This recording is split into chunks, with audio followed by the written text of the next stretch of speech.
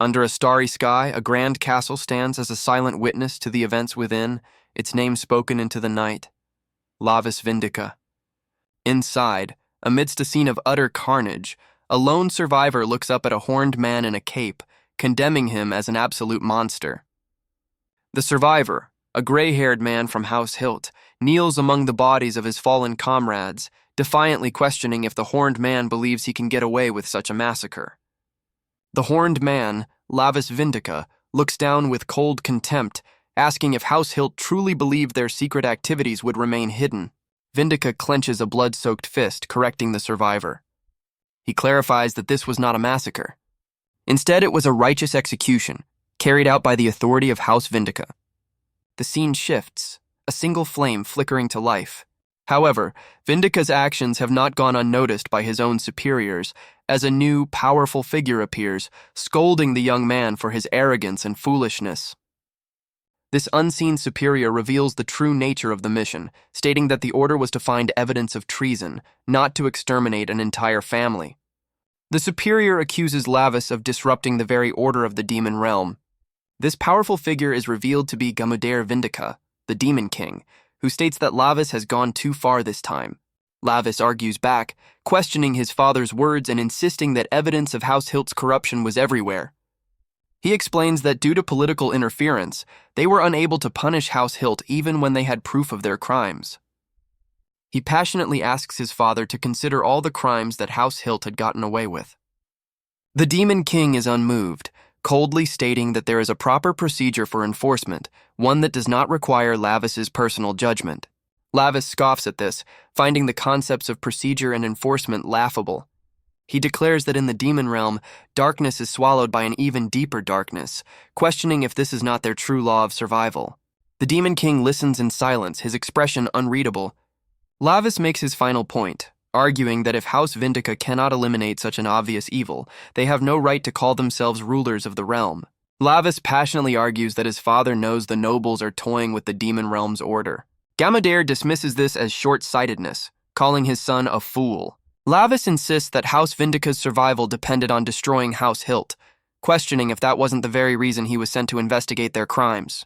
He condemns the cowards who hid behind the fallen house and turned a blind eye to the corruption of their laws. The Demon King's gaze narrows. With a sigh, Gamudair states that there is no reasoning with his son.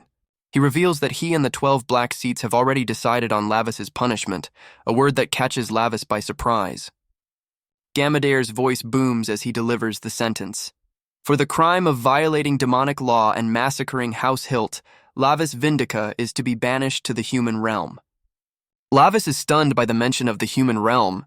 In disbelief, he asks his father if he is truly serious about the punishment.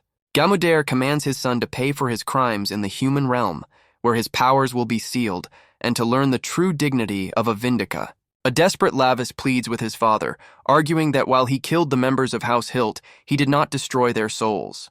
Unmoved, Gamudair orders the 12 black seats to execute the sentence at once, and they begin to channel a powerful spell.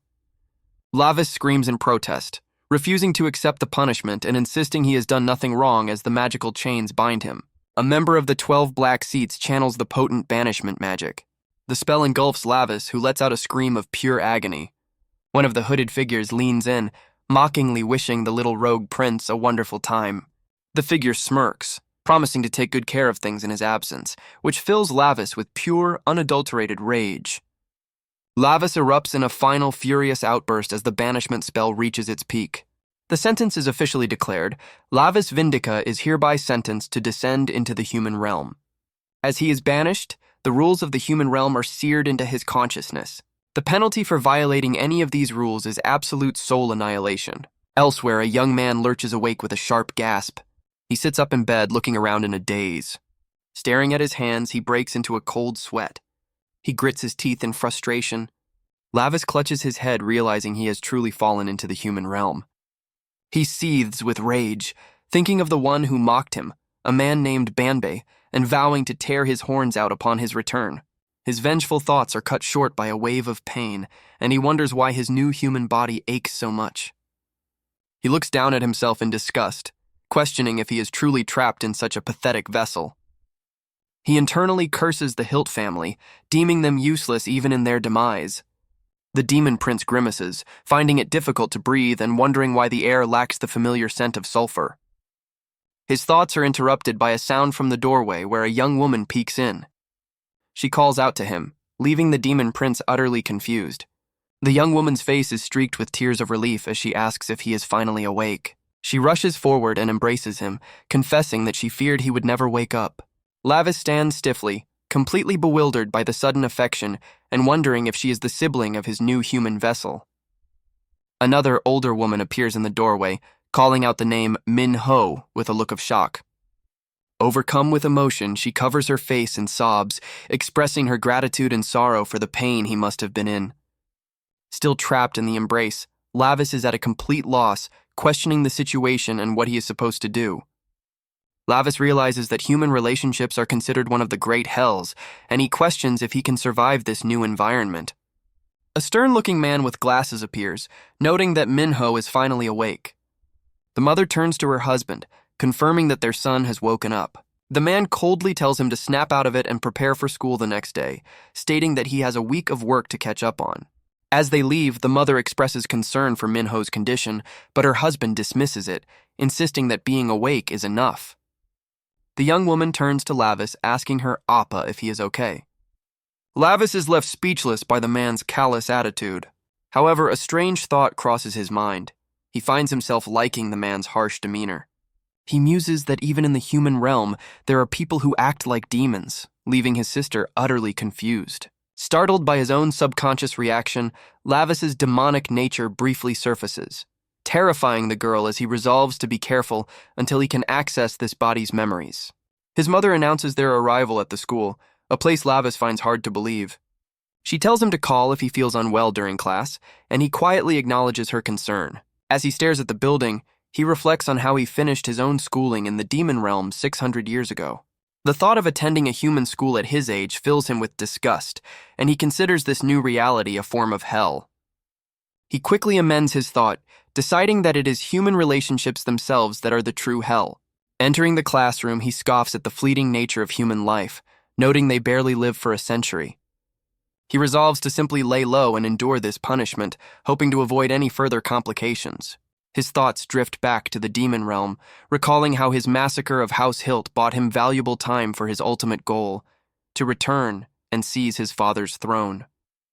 He feels a sense of urgency, believing he must act before the Vindica royal line is threatened once more.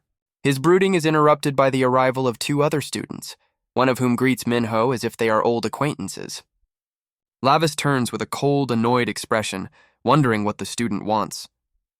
The smirking student immediately confronts him, demanding late fees for the time Min-ho was absent.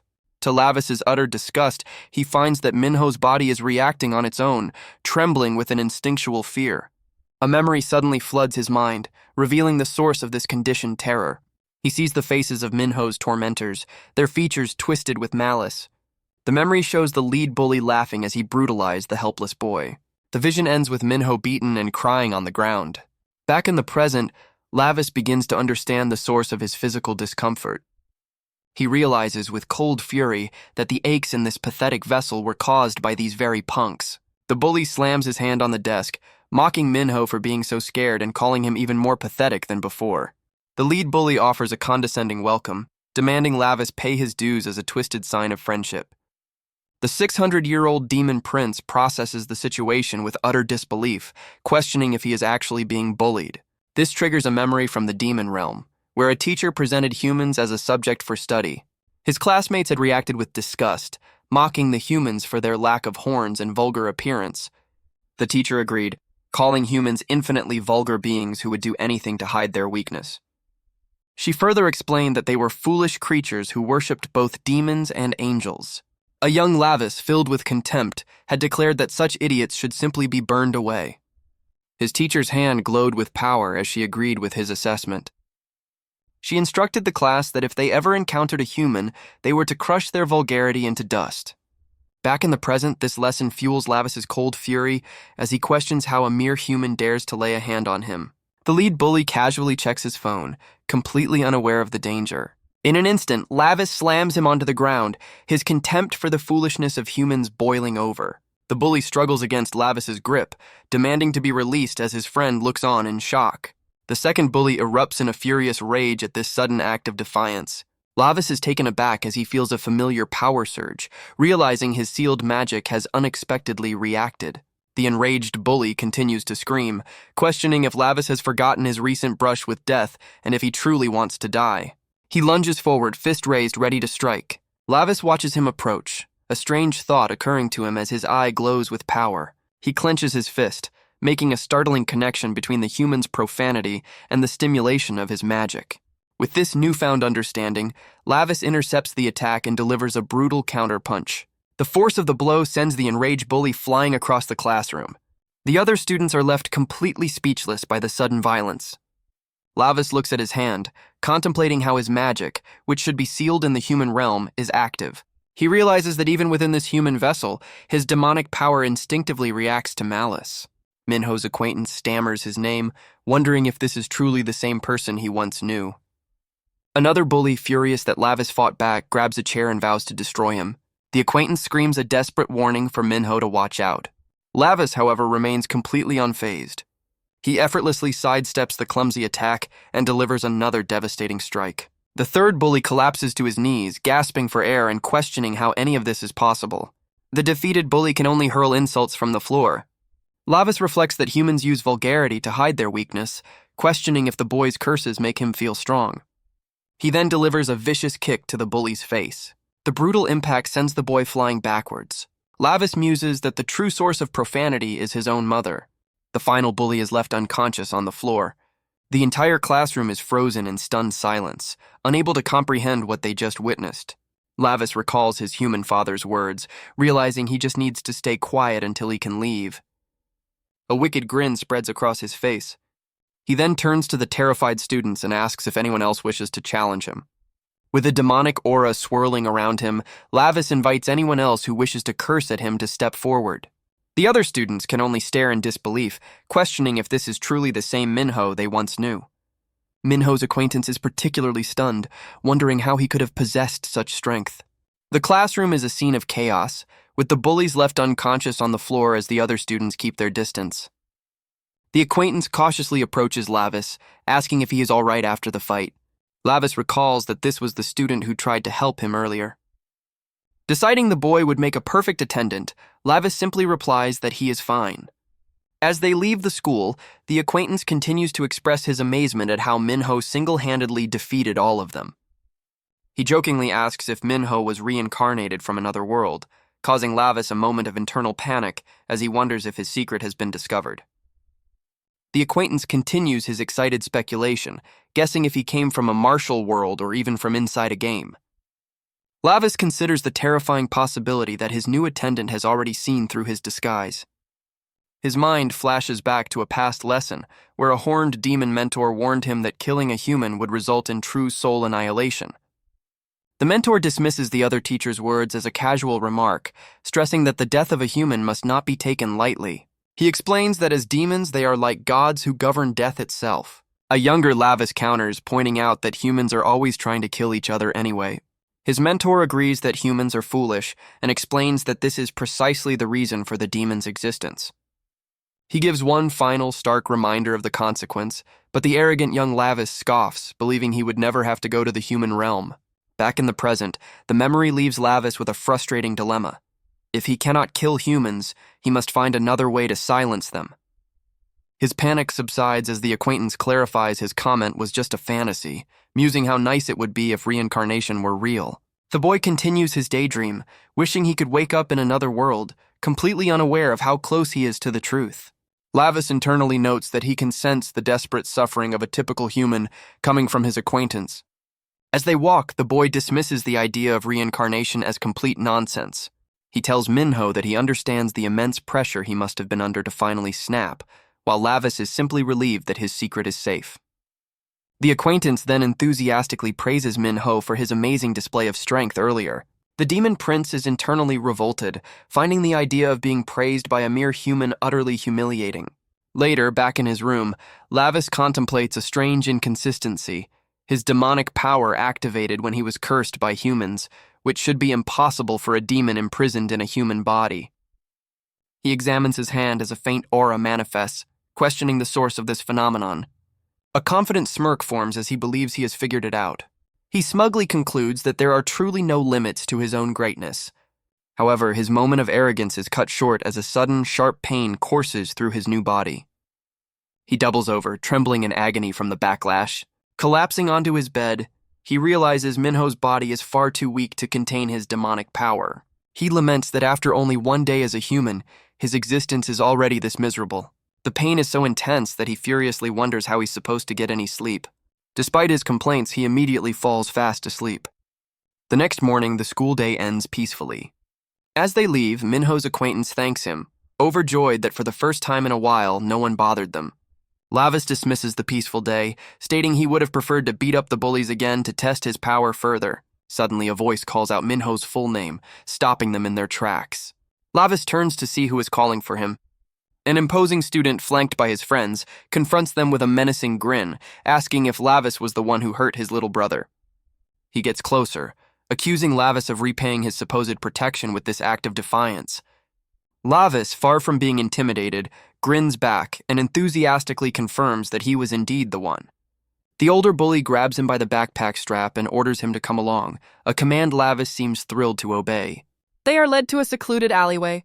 There, the older brother, Taewoo, scolds the original bully for getting beaten up by someone he considers a weakling. Taewoo then turns his attention back to Lavis, who remains completely unfazed, and asks what he is supposed to do with him. He gets face-to-face with the demon prince, explaining that letting this slide would make him look like a poor older brother who can't control his sibling.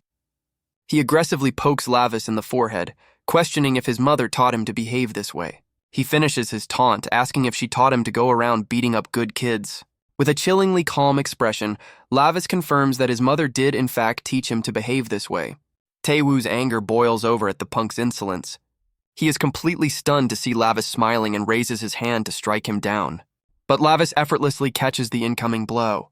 As his eyes glow with demonic power, Lavis reflects that the sharpest curses, the ones that remind him of his mother, are always the sweetest. He tightens his grip on Taewoo's wrist, his power flaring.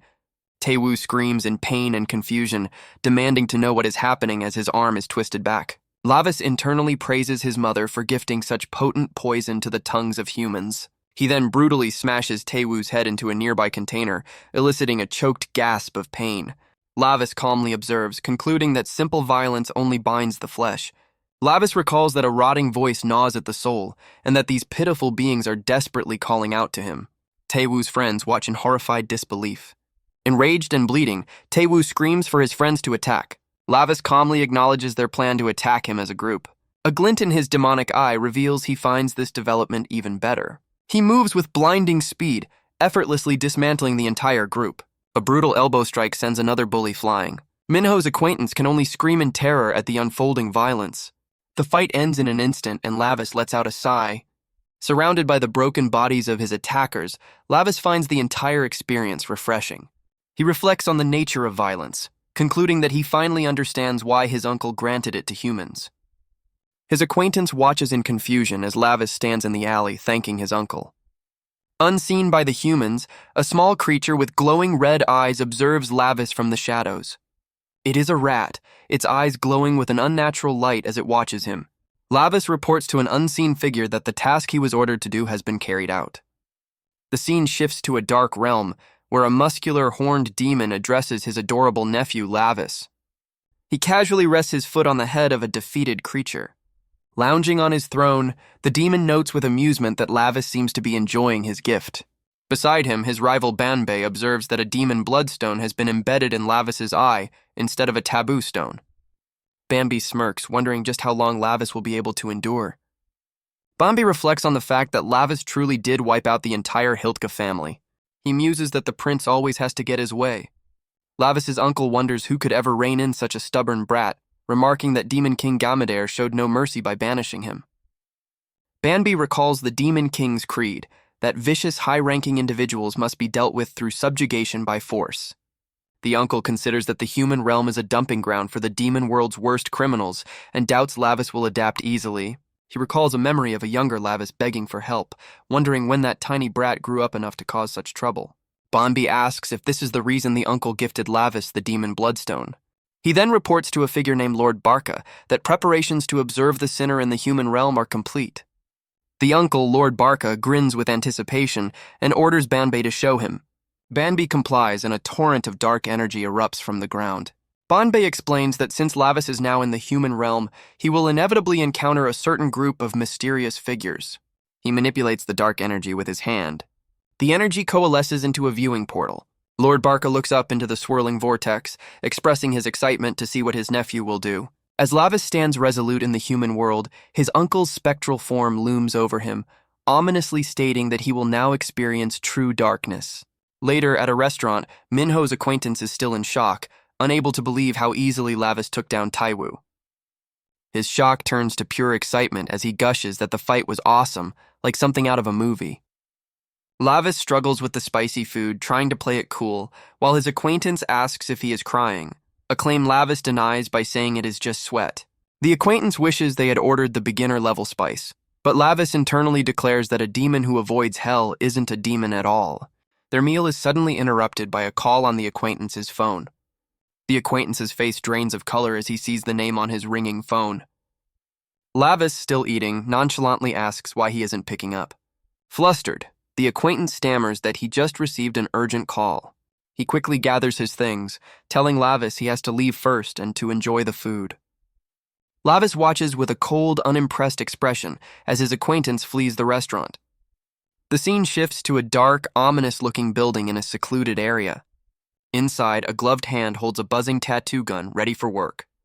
In a dimly lit room, a female tattoo artist warns her client not to move, lest they get hurt. A man standing nearby glances at a wall covered in photos of bruised and bloodied victims, complaining that he has extra work because someone failed to pay their debt. The tattoo artist smiles, announcing she is finished, revealing her victim is Tae-woo, who now bears a humiliating new tattoo on his forehead. The tattoo artist compliments her work, remarking on how nicely the ink settled into Tae-woo's skin. A voice announces to someone named Miss Jae-hee that they have brought the person she was waiting for. A terrified student in glasses, held firmly by a large man, stammers Jae-hee's name in fear. The tattoo artist, Jae-hee, casually holds a gun and asks why they were so late, before calling the student, Sion, to come and see something. She grabs Sion's face, ordering him to open his eyes and look carefully. Forcing him to look at the unconscious Taiwu, she asks what he thinks this all means. Jae-hee explains that the characters on Taiwu's forehead mean thief bastard, the punishment for not paying his debt. As a menacing aura emanates from her, she leans in to ask Sion about the status of their promise. Sion, sweating in terror, makes a weak excuse about there being bugs getting in his way. His excuse is met with violence, as Jae-hee strikes him to the floor and asks if he thinks this is some kind of joke. Jae-hee chastises him for being so slow to grasp the situation. She grabs his hand forcefully. With a menacing grin, she offers to carve the lesson onto the back of his hand so he will understand. Sion screams in terror, begging her not to. She calmly tells Lim Sion to listen carefully. She informs him that this is his last chance. He is ordered to do exactly as he was told. As she tells him to make sure everything is ready, the terrified Sion wonders if he can truly finish the task. Later that night, Sion sits alone in his room, typing at his computer. He clenches his fists, realizing that he has no choice but to follow her orders. He steels himself, thinking of what Jae-hee will do if he fails. He works through the night, compelled to obey. Elsewhere, Lavis awakens in agony, clutching his stomach and wondering if this is the effect of spicy food.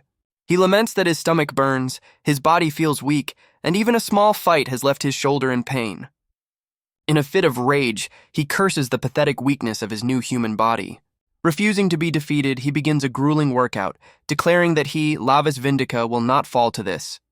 He pushes through the pain, vowing to rehabilitate this trash body no matter the cost. With a furious roar, he proclaims that no amount of pain will ever make him submit. The next day at school, Minho's acquaintance stands alone in the hallway. He holds a small gray device in his hand. He stares at the device, his thoughts consumed by the app he is using. A cold sweat breaks out as he realizes it is far too dangerous. He recalls Jae-hee's menacing order to ensure that everything is ready.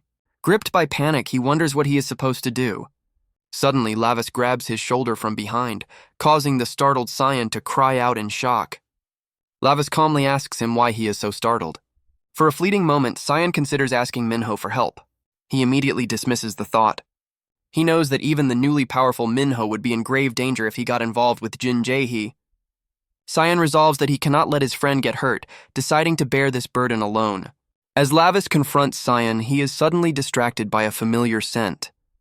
He recognizes the smell from somewhere before, just as a girl with orange hair trips and falls in the hallway. Cyan cries out in shock, identifying the fallen student as Seungye. He rushes to her side, frantically asking if she is okay and telling her to snap out of it. Kneeling down, he anxiously checks to see if she has been injured. He is horrified to find her groaning in agony, with blood trickling from her nose and foam at her mouth. Cyan recoils with a scream of pure terror. Lavis, however, remains calm, his demonic eye glowing as he identifies the scent as demonic energy, questioning why it would be inside a human. Another group of students runs up, with one asking what is happening to Seungye. He quickly hoists her onto his back, telling her to hold on as they rush her to the infirmary. As Seungye is carried away, something on her arm catches Lavis's eye. He spots a familiar crest marked on her skin. He recognizes it as the symbol of the Hiltka family, the rival house he massacred, and questions how a human could bear their mark. His demonic eye glows with determination as he decides he must confirm this new mystery. Later that night, Lavis makes his way to the hospital where Seungye is being treated. As he approaches her room, a female officer on guard duty calls out, telling him to stop. She asks if he is Seungye's friend and informs him that the patient needs to rest and cannot have visitors. The officer is startled as Lavis leans in, his demeanor suddenly menacing. With his eye glowing ominously, he declares that he will grant her oblivion. The officer's eyes go blank as Lavis uses his demonic power to erase her consciousness, clearing his path. The red glow in his eye fades as the spell takes hold. He leaves the now vacant-eyed officer sitting motionless in the hallway. Lavis reflects that he can achieve this level of power even with his faint demonic energy, though he knows the effect is only temporary. With the guard neutralized, he quietly enters Seungye's room. Inside, he finds the orange-haired girl awake, looking drained but alert. Startled by his sudden appearance, Seungye weakly asks who he is. Lavis ignores her question, his expression turning cold as he demands to know who she is supposed to be. Her confusion turns to anger as she questions why he would barge into her room. Before she can finish, Lavis lunges forward and violently grabs her arm. Seungye cries out in pain, cursing at him as he holds her in a vice-like grip. Lavis tightens his grip, demanding to know why a mere human would bear the symbol of the Hiltka family. Confused and angry, Seungye demands to know what he is talking about. His face darkens as he warns her to speak honestly if she wants to avoid suffering worse consequences. He leans in closer, his glowing eye filled with menace as he demands to know her true identity. His demonic pressure overwhelms her, and she is paralyzed with absolute terror. She begins to stammer an answer. As a monstrous, shadowy aura erupts behind him, she realizes with horror that he is a demon. The vision fades, and Lavis calmly prompts her to continue speaking. He impatiently orders her to spit it out. Panicked, Seungye insists that she truly knows nothing, before fearfully uttering the name Jae-hee. Seungye explains that someone named Jae-hee told her she had to get the tattoo to join their crew, and also offered her diet pills. As Lavis holds her, he detects a faint, familiar scent coming from her. He recognizes it instantly as a scent he has smelled before in the demon realm. The memory transports him back to a massive circular staircase in the demon realm, where a young Banbei asks a young Lavis where he is going. Banbei warns him that the area ahead is restricted. Lavis smirks, tauntingly calling Banbei a coward. Banbei becomes visibly flustered and angry at the insult. He insists that he is not scared, but simply wants to avoid punishment, prompting Lavis to coldly tell him to leave. Banbei refuses, explaining that he cannot leave Lavis alone because he knows the young prince will get into trouble. Resigned, Banbei follows him down the dark staircase, nervously wondering how far they intend to go. The two young demons venture deeper into the vast, foreboding chamber. Banbei nervously asks Lavis if he is aware of a certain story. Lavis replies that he has no idea, prompting Banbei to clear his throat and begin. He explains that the darkness reminds him of a tale about beings whose eyes transcend their species. According to Banbei, there are two ways such beings can lose their sight. He elaborates that they are either blinded by light that is too bright or their eyes atrophy from seeing nothing at all in a dark place like this one. Lavis suddenly cuts him off, gesturing for silence as he whispers that something is nearby. From the shadows, a pale, slender hand emerges, placing a strange purple flower against the wall. Bambi trembles in fear, asking what they are looking at. Ignoring the danger, Lavis sprints forward to investigate, while a terrified Bambi protests that it is too risky. Bambi recognizes the figure with horror, identifying him as Jeremy Hiltka. Lavis looks down at the body, observing that Jeremy is already dead. Strange purple flowers have bloomed from the corpse's eyes and chest. Lavis questions the nature of the flower and reaches for it, ignoring Banbei's frantic warning. As he plucks it, bloody, thorny roots rip from the ground. The young prince recoils, disgusted by the flower's foul smell. Bambi stares in shock. He identifies it as the dreaded gnawing flower. The memory ends, and back in the present, Lavis realizes the scent on Seongye is identical to that of the gnawing flower. Overwhelmed by terror, Seungye begs him to spare her life. Lavis glances out the window where a small bat-like creature with glowing red eyes watches him from the darkness. The bat-like creature addresses Lavis, remarking that they are meeting sooner than expected. It then expresses its anticipation for what is to come.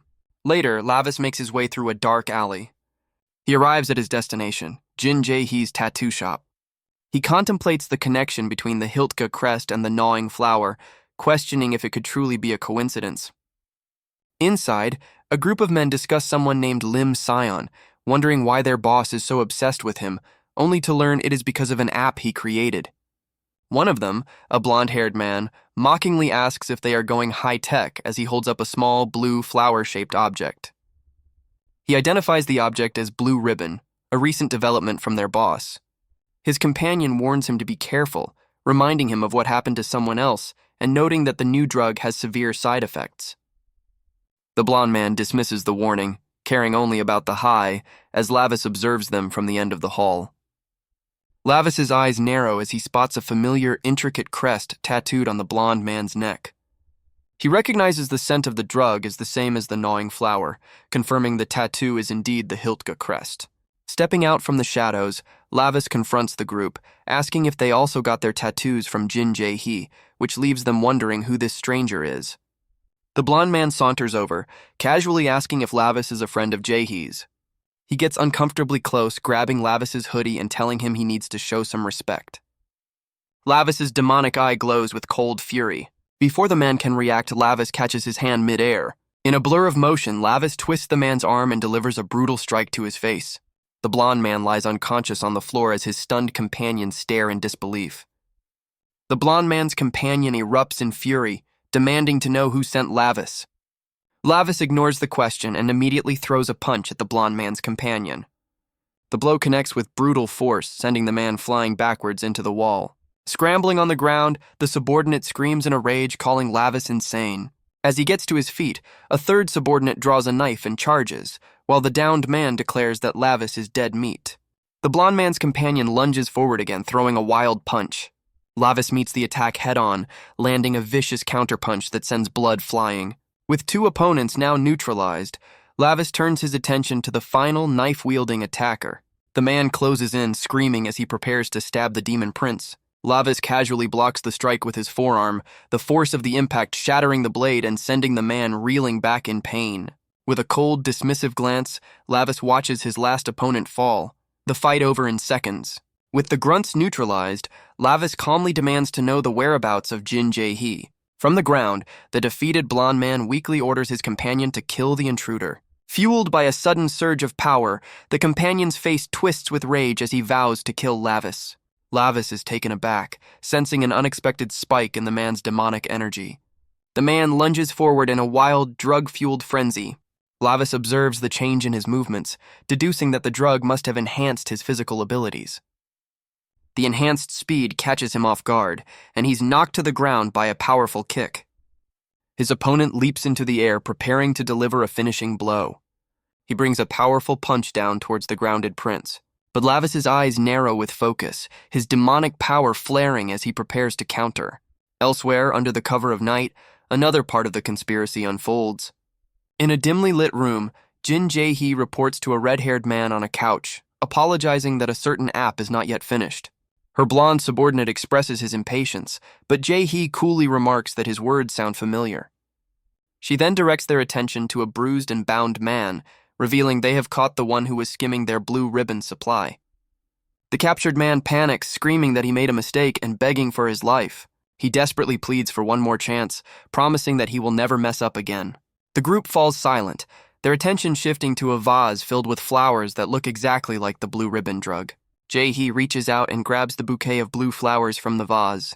Seeing this, the prisoner's face contorts in pure terror as he realizes his fate. He can only stammer out a final desperate plea for mercy. He lets out a final terrified scream, begging them not to do it. But Jae-hee ignores his pleas, raising the bouquet of sinister flowers high into the air. She brings her hand down with brutal force, striking the helpless man. He chokes in agony, tears streaming down his face. Jae-hee watches the result of her work with a cold, detached expression. The man looks up one last time, weakly pleading for someone to save him. His pleas are met with silence as Jae-hee prepares to strike again. A final, violent impact sends blood splattering across the room. The man's body collapses to the floor, broken and still. Standing over him, Jae-hee calmly informs her subordinates that in their line of work, there are no second chances. She trusts that everyone present understands her warning. Her gaze then falls upon her own reflection. The red-haired superior addresses her directly, telling her to stop making excuses and bring him the app.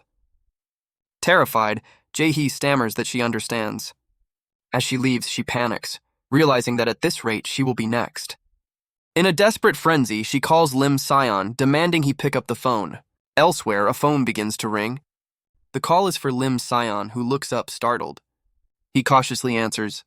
On the other end, the brutally beaten Taewoo screams his name. Taewoo explains that he was trying to look into something himself, but the people around him were not cooperative. Lim Sion is completely confused by the call.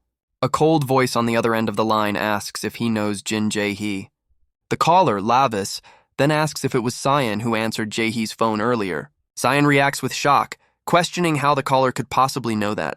Lavis calmly states that her name was on the caller ID and asks for her current location. Sion grows more frantic, worried that Jae-hee's gang has gotten to the caller, but Lavis clarifies that is not the case. He explains that he sought her out to verify something and is currently at her empty tattoo shop. As he walks down a flight of stairs, the mysterious bat-like creature observes him from the shadows. Panicked, Sion warns Minho to stay away from Jae-hee and declares that he is coming to his location immediately. Lavis ends his call with the frantic Sion. His attention is immediately drawn to a strange white cat that appears at the bottom of the stairs. He addresses the startled creature directly, confirming that he is speaking to the furball.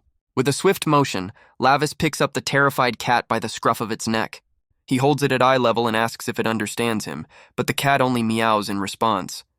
Unleashing his demonic power, Lavis's eye glows red as he menacingly insists that the creature make itself understood. Paralyzed with fear, the cat screams its compliance. Lavis questions its true identity, noting that he was previously followed by a rat and a bat. The creature reveals its true form, explaining that it is a monitor from the demon realm, sent to covertly observe prisoners in the human world. It clarifies that this is why it was watching Lord Lavis, though it internally questions the prince's incredibly weak demonic energy. The monitor wonders how Lavis managed to notice it, to which the prince coldly replies that it stands out far too much. He points out the obvious flaw in its disguise. It's standing on two legs, causing the creature to panic and drop to all fours. Lavis decides there is no point in questioning the monitor any further. Instead, his demonic eye glows as he calls out for the creature's true master to reveal themselves. The scene shifts to a lavish room in the demon realm, where the taunting figure from his banishment, Banbei, remarks that Lavis figured things out faster than he expected. Lavis furiously accuses Banbei of being behind this, but Banbei feigns offense, calling his friend's accusation cold. Unmoved, Lavis demands to know what Banbei is plotting this time. Banbei continues to play innocent, asking what he could have possibly done. Frustrated, Lavis decides to drop the subject and ask a different question. He notes that things are different from what he remembers and asks the monitor if it is normal for a banished prisoner to be able to use demonic power in the human realm. The monitor explains that when it comes to demonic power, there are exceptions to every rule. Speaking through the creature, Banbei cryptically tells Lavis he will figure it out on his own soon enough, then asks if he has any other questions. Lavis changes the subject, recalling the devouring flower and noting its strong scent in the human world. He reminds Bombay that he smelled it too, a flower so forbidden it shouldn't exist here. Banbi confirms this, revealing that the Demon Realm's administrators know the Hilt family's influence has spread to the human world, and that their persistence meant they were never fully wiped out. Lavis grimaces, asking if this means the Hilt family's remaining forces are now operating in the human realm. Bambi simply chuckles at his question. He explains that the human realm is no longer what it once was, having become a playground for all sorts of conspiracies. With a sinister grin, Bombay suggests this is a perfect opportunity for Lavis to go ahead and clean them all out. Lavis is left confused and angry, demanding to know what Bombay is talking about. Lavis shouts through the monitor, demanding that Bombay tell him what else is going on. But the connection is severed and the Demon Realm monitor simply reverts to its cat form, letting out a confused meow. Lavis is left seething in silent fury, his questions unanswered. The scene shifts to the city rooftops under the dark night sky. Elsewhere, the tattoo artist Jae-hee paces in an alley, frustrated that her call isn't being answered, noting that time is of the essence. She erupts in anger, questioning if Lim Sion has lost his mind for not picking up his phone. Utterly annoyed, she continues to try and make contact. Her call finally connects to someone, her thoughts filled with a single menacing promise for Lim Sion. In an office, a man named Seong Jun answers the call from Jae-hee. She orders him to the office immediately, declaring that they are going to catch that bastard Lim Sion. Lavis questions the monitor, deducing that it must possess a great deal of information about the human world. The monitor confirms this, explaining that it receives regular updates and has decent detection abilities due to its duty of visiting prisoners in rotation. Lavis coldly orders the creature to return to its original form, leaving the monitor momentarily stunned. He radiates a menacing aura, asking if he needs to force the transformation, which terrifies the monitor into immediate compliance. A flash of light reveals the monitor's true form, a small, cheerful-looking demon girl with blue hair and horns. She happily approaches Lavis. Lavis, however, is completely unimpressed, noting how weak she appears. Still, he reasons that Bombay must have had a purpose for sending her and asks for her name.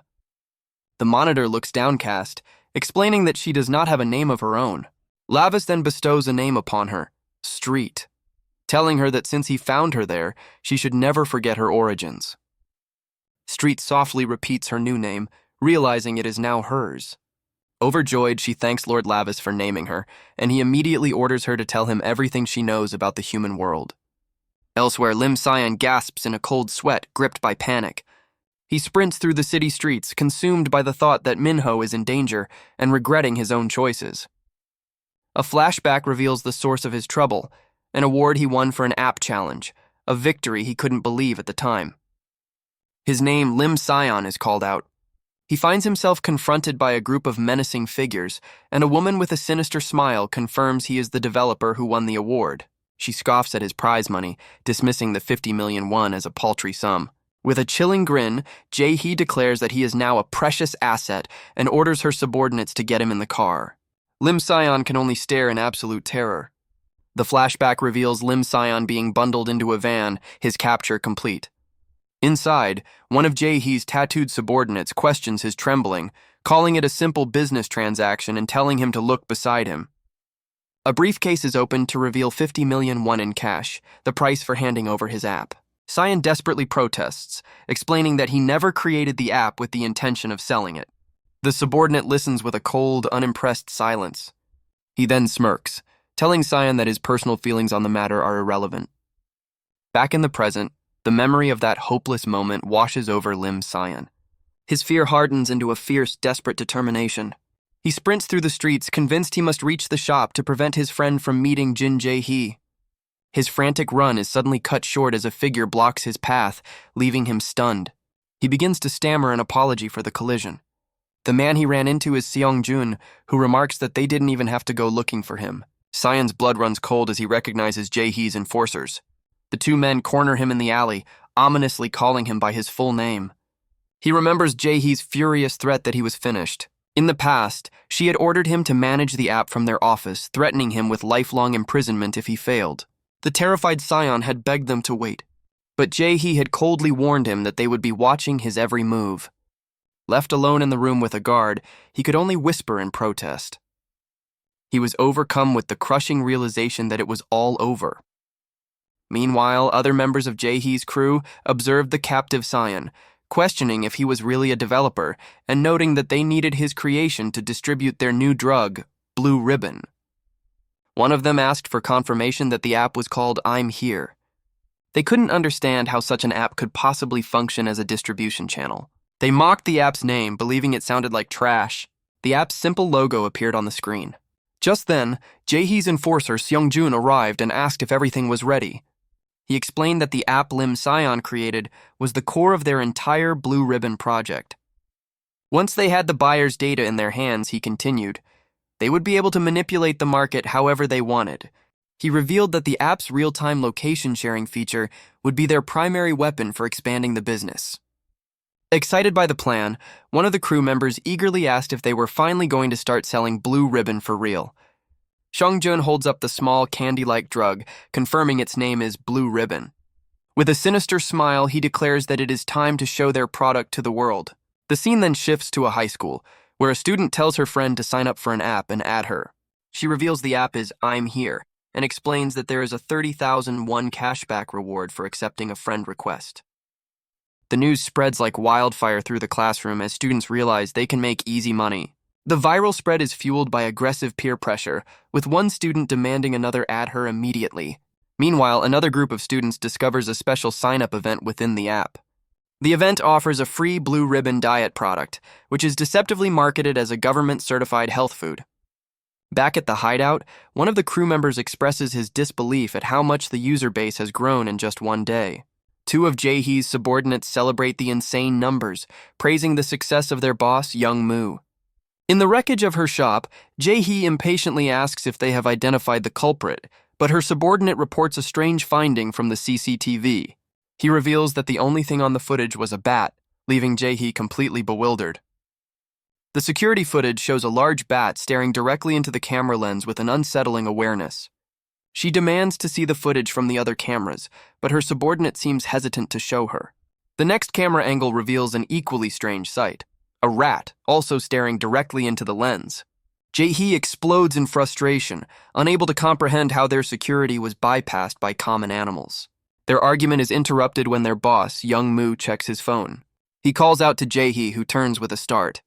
Putting her anger aside, she announces that the new stock of Blue Ribbon has arrived and that it is time for them to move. As the sun sets over the city, the organization prepares for the next phase of its operation. Elsewhere, Lavis stands unimpressed in a dark alley. He spots the monitor in its cat form and calls out to Street, questioning her strange posture. Street, now in her true form, nervously claims she has gained some weight, but Lavis cuts her off, demanding the results of the investigation he ordered. She proudly declares that while the task was difficult, she has figured everything out. In another location, Lavis stands over the defeated blonde-haired man, noticing the small blue candies spilled on the ground. He picks one up and recognizes the familiar, sinister scent of the gnawing flower. Seeing the man's contorted face, Lavis realizes they are consuming the drug to awaken some kind of power. He wonders how they obtained a flower that requires a host to cultivate and was thought to be extinct even in the demon realm.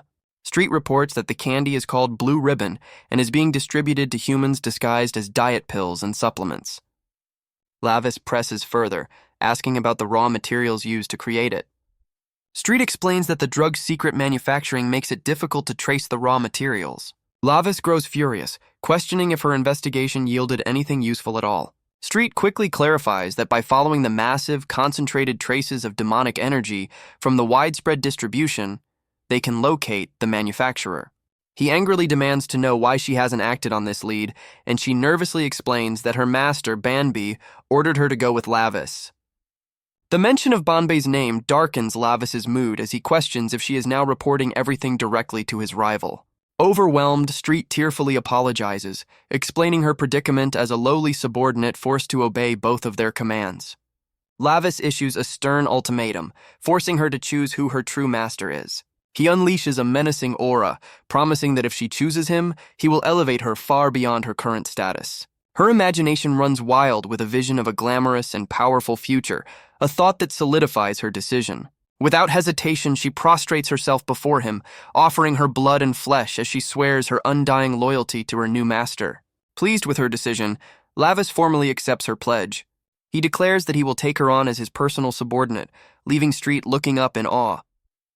With her new oath sworn, the spectral link to her former master is severed.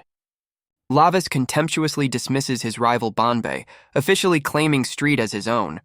With his new agent secured, Lavis announces their next move: to find the place where the blue ribbon is gathered. Their search leads them through the night to a remote yard filled with shipping containers. Street confirms this is the location with the highest concentration of demonic energy, and Lavis decides to open one of the containers. She points out that their target is secured by a heavy lock and thick chains. Unimpressed by the obstacle, Lavis tells her to move as he clenches his fist. He unleashes a powerful strike, shattering the lock with a single punch as Street watches in amazement. The heavy steel door groans open, the shattered chains falling to the ground. Both Lavis and Street are immediately hit by a foul, overwhelming stench from within. Inside, they find stacks of boxes radiating a thick, dark miasma of pure demonic energy. Street recoils in disgust, questioning if this is all they've found. As the toxic energy pours out, Lavis recognizes the source with grim certainty. He confirms that the entire container is filled with the drug, blue ribbon. The potent demonic aura triggers a vivid flashback for the young prince. He recalls a brutal training session where his uncle, Lord Barca, mocked his impudent nephew for being far too weak. The younger Lavis, beaten and enraged, could only curse his uncle's vulgarity. Lord Barca continued his assault, telling the prince that if he refused to be cute, he should just die. The memory continues with Lord Barca landing a devastating blow to the young prince's face. The force of the strike sends Lavis flying from the cliff's edge. As he plummets into the chasm, he screams a curse at his uncle. From above, Lord Barca laughs maniacally, taunting his nephew and asking if he will simply die from this. Lavis crashes down onto the rocky ground below. He painfully pushes himself up, groaning from the impact. Suddenly, Lord Barca is there, casually asking if he is dead yet. The young prince is left completely stunned and confused by his uncle's sudden appearance. His confusion turns to horror as he realizes the chasm is a mass grave filled with bodies from which the gnawing flowers are blooming. Lavis stares in shock, the grim reality of the scene sinking in. The narration explains that in a time when darkness and light were first sundered, incompatible beings were created to oppose one another. Among them were entities that could not merge with any color, and in this chaotic divide, they thrived. The scene shifts to an ancient time as primitive beings look up from a forest clearing. They gather around a fallen comrade, from whose body a strange flower has bloomed. This gnawing flower is revealed to feed on the bodies of discarded celestials and torn demons. Its deepest desire is the complete annihilation of the world. The flashback continues, showing Lord Barca and a young Lavis standing before a massive vortex of the flower's sinister energy. Barca looks on with a confident smirk, while the young prince stares grimly into the abyss. Back in the present, Lavis recalls that the flowers should have been incinerated, a fact Street confirms, adding that the Demon King supposedly wiped them out completely. This leaves Lavis questioning how such a massive stockpile could possibly exist in the human realm. Street then reveals a shocking truth. The gnawing flower first appeared in the human realm, not the demon realm.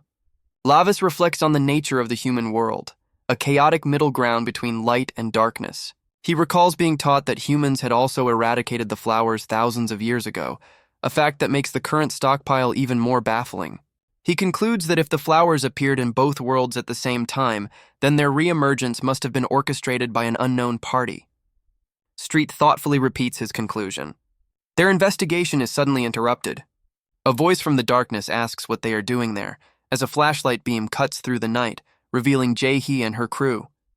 One of her subordinates immediately recognizes Lavis, identifying him as the one who attacked their tattoo shop. Street confirms the woman's identity for Lavis, stating that she is Jin Jae-hee.